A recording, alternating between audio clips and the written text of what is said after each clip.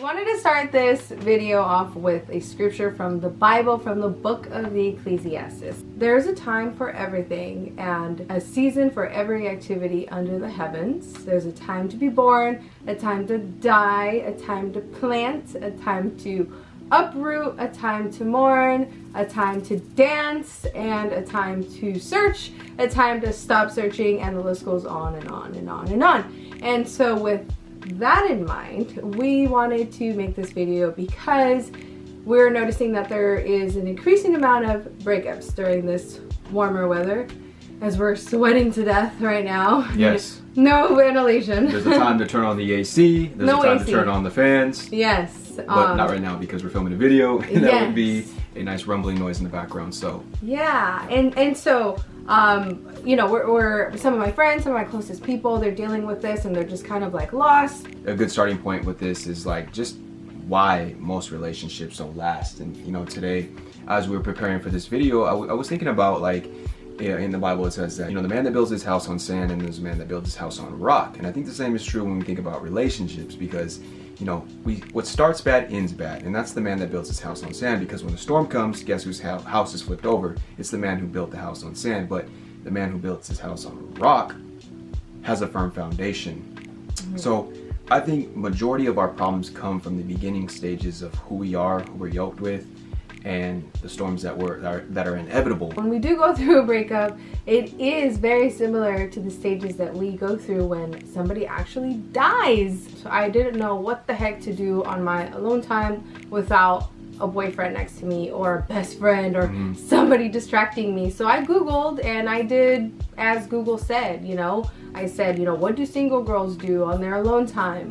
Taking a bath, or I think it was like reading a book, finding a cafe, things like that. And I did every one of those things, but I still felt so empty. I know there's somebody out there like me or like him that are just like so lost and so desperate for some type of advice, just willing to use whatever to help. Not only that, okay, if you're a man and you're doing these Google searches like what to do after a breakup, and you know, you see these bullet points that pop up automatically on Google, and it's like, take a bubble bath, have a glass of wine, and then you're like, okay, this is all geared towards women. Like, go skydiving. What is out there, for men? Like, it's just like meaningless advice. It's a hard point. Granted, you know, there's always light at the end of the tunnel.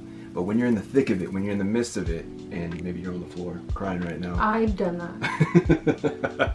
I don't know if I've ever been on the floor crying, but I've had some pretty dark moments, you know, in the past with different breakups and things. But I think our immediate default is to want to get right back into another relationship or find someone that can serve as a distraction to kind of detour, you know, the strong emotions that we're feeling. And that's probably the worst feeling ever, when you're out with somebody else and you're thinking about that same person that broke your heart as you're looking into someone else's eyes. You forgot your ring. Okay. We take whatever pain we have and we bring it to somebody else's doorstep, and it's just not healthy. And the cycle continues and continues and continues. And if you're in that position right now where you're feeling this heartache, just grieve. You know, that's what you do when someone passes away. And really, this person isn't passing away, but they're passing along in your life. And that requires a degree of grief. One of the best things you can do is to embrace every single feeling that you're experiencing during that sadness. Who wants to do that? But there's so much growth in that. In my past relationship, when I had went through my breakup, it was the first point of solitude that I ever had, to just be by myself with no distractions. And it was really a process of pruning and unpacking and coming to terms with all of the different emotions that I was feeling. And you know, through that process, you know, I really got to know myself and pick up the pieces. Some pieces weren't worth picking up, and you know, to really develop a vision for the rest of my life and come to terms with who I wanted to be as an individual. Because as we talked about, there's an identity crisis when you break up, because your identity is so wrapped up in being with another person that when you guys split, you don't know who you are as a standalone individual. One more thing that I wanted to add for both men and women, and this is personally my secret weapon. It's not sexy and it's not attractive and it's not a quick fix, but my go-to was prayer in those times when it was dark and, you know, when it was lonely. You know, I would take everything and give it to God. Anything that was in my heart, I'd give it to God. Even if it was things that I didn't think were right within myself, you know, I was open enough to just go ahead and give it to God and find that secret place and just relinquish it all over to God. And, you know, that really just vamped up my process in healing and, you know, helped me bring things to terms. So we hope that this video was helpful to you guys in some way, shape, or form.